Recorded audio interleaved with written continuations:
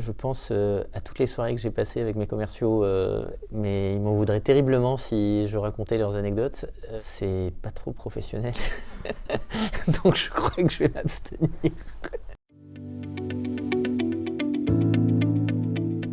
Bonjour, je m'appelle Brice, je suis le président et le fondateur de Voltaire Group. J'ai 44 ans, je suis originaire du Pays Basque, père de 2 enfants, et voilà. Quelle est ta mission principale au sein du groupe Voltaire ?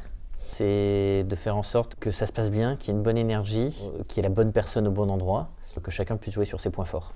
Quelle a été la plus grande difficulté de ta carrière ? La plus grande difficulté, c'est toujours de se séparer de personnes avec qui on travaille. Et en fait, à plusieurs moments, il a fallu arrêter avec certaines personnes. C'est toujours un déchirement, même si la raison dit que c'est la bonne décision. Le cœur, l'attachement fait que c'est toujours dur de se séparer.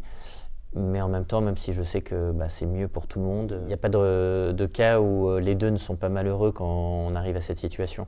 Donc voilà, mais c'est quand même toujours ce qu'il y a de plus difficile. De quoi est-ce que tu es le plus fier ? Le moment où j'ai été le plus fier, c'est quand en 2013, Busy Maden a gagné la finale de la Coupe du Monde à Göteborg en Suède, avec le cheval Simon. Et que la société n'avait que 3 ans, on avait déjà eu un champion olympique l'année d'avant, et c'était la reconnaissance du matériel au plus haut niveau. Et là, c'était vraiment un très grand sentiment de fierté. Sinon, ce dont je suis le plus fier en général, c'est l'état d'esprit d'entraide qu'il y a dans l'entreprise. Il y a une vraie convivialité, et c'est vrai que j'ai souvent des fournisseurs qui me disent quand ils viennent dans votre atelier, l'énergie qu'il y a, on la voit rarement ailleurs. S'il y a une palette à décharger, il y a plusieurs personnes qui vont s'y mettre. Quand il y a une table à déplacer ou des choses, c'est naturel, tout le monde se bouge pour le faire. Et ça, c'est quand même ce dont je suis le plus fier, c'est cet état d'esprit, cette entraide qui est dans l'entreprise. Qu'est-ce qui t'inspire professionnellement ?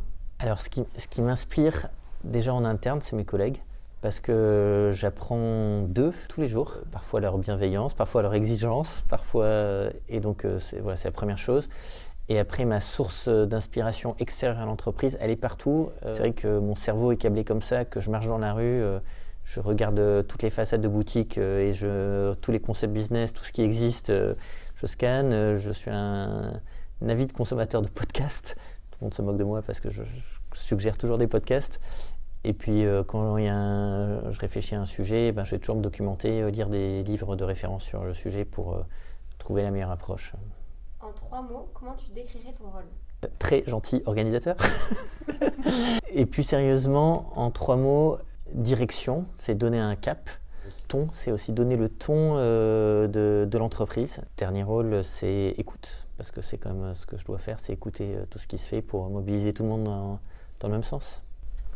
Quelle est ta meilleure anecdote de travail ? Un moment qui m'a marqué, je ne sais pas si c'est une anecdote, c'était au Salon du Cheval de Paris.